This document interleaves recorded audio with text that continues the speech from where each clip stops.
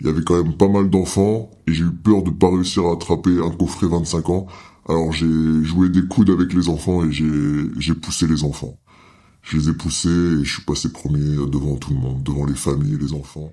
Salut les jeunes youtubeurs, salut le Joss, comment ça va aujourd'hui? Salut Adri, ça va très bien et bienvenue sur la chaîne Agi Pokémon. Et qu'est-ce qu'on fait aujourd'hui Adri? Alors aujourd'hui, on va aller sur internet et on va essayer de scalper le plus d'items possible Pokémon. On va essayer de scalper du Pokémon 151 et du destiné à Paldea. Non, c'est pas ça le sujet Adri. Aujourd'hui, on vous fait un documentaire sur les scalpers Pokémon.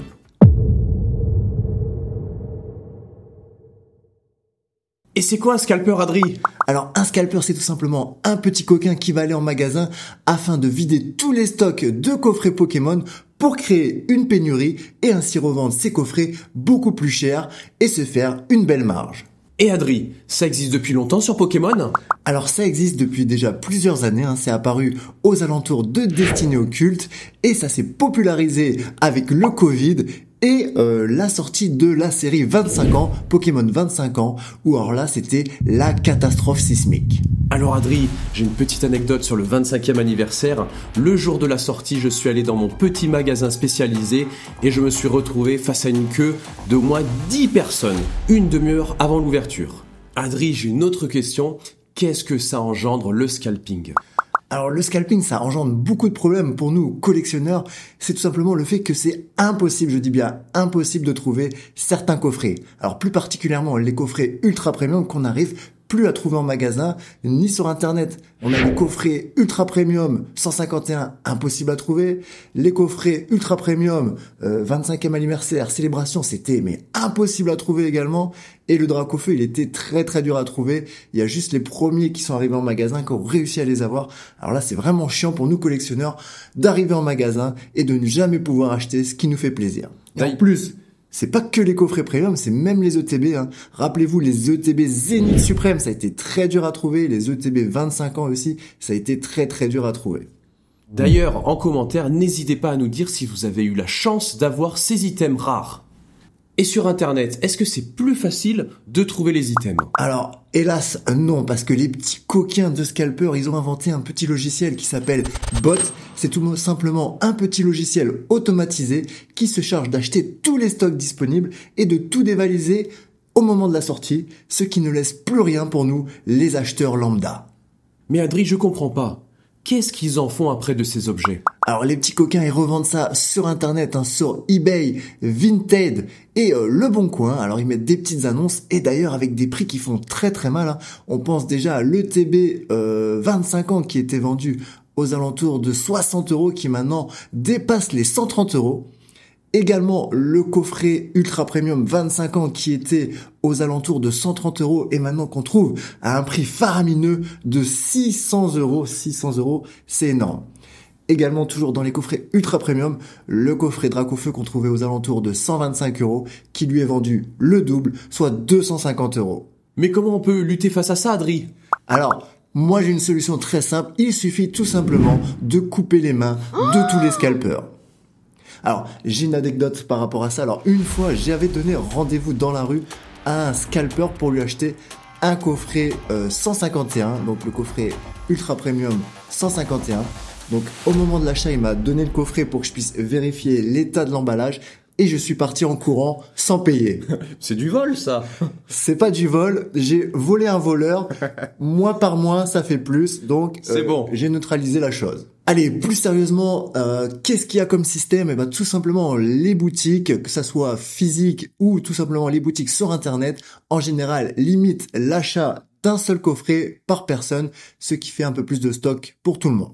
Également, afin d'éviter le phénomène de scalper, on compte sur vous, il ne faut pas acheter à ces vilains scalpers, ce qui fait qu'il leur reste leur stock dans les bras et ils sont obligés de baisser les prix. Allez les amis, j'ai une surprise pour vous. On a réussi à prendre contact avec un scalper et on a l'interview d'un scalper en direct. C'est une interview exclusive et ce n'est rien que pour vous sur la chaîne Agi Pokémon.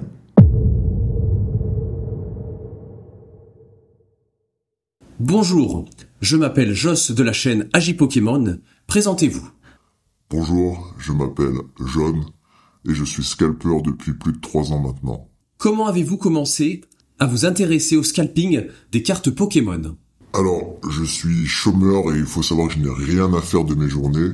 Et un jour, un ami m'a dit qu'il faisait plus de 1000 € par mois en revendant des cartes Pokémon sur Internet. Alors je me suis dit, pourquoi pas moi? Et je me suis lancé dans l'aventure du scalping. Alors John, pouvez-vous nous partager une expérience marquante en tant que scalper? Alors, une expérience marquante en tant que scalper, c'est le jour de la sortie Pokémon Célébration 25 ans. Je me suis retrouvé un petit peu en retard à Auchan et il y avait une grosse queue face à moi. Il y avait quand même pas mal d'enfants et j'ai eu peur de pas réussir à attraper un coffret 25 ans. Alors j'ai joué des coudes avec les enfants et j'ai poussé les enfants. Je les ai poussés et je suis passé premier devant tout le monde, devant les familles et les enfants.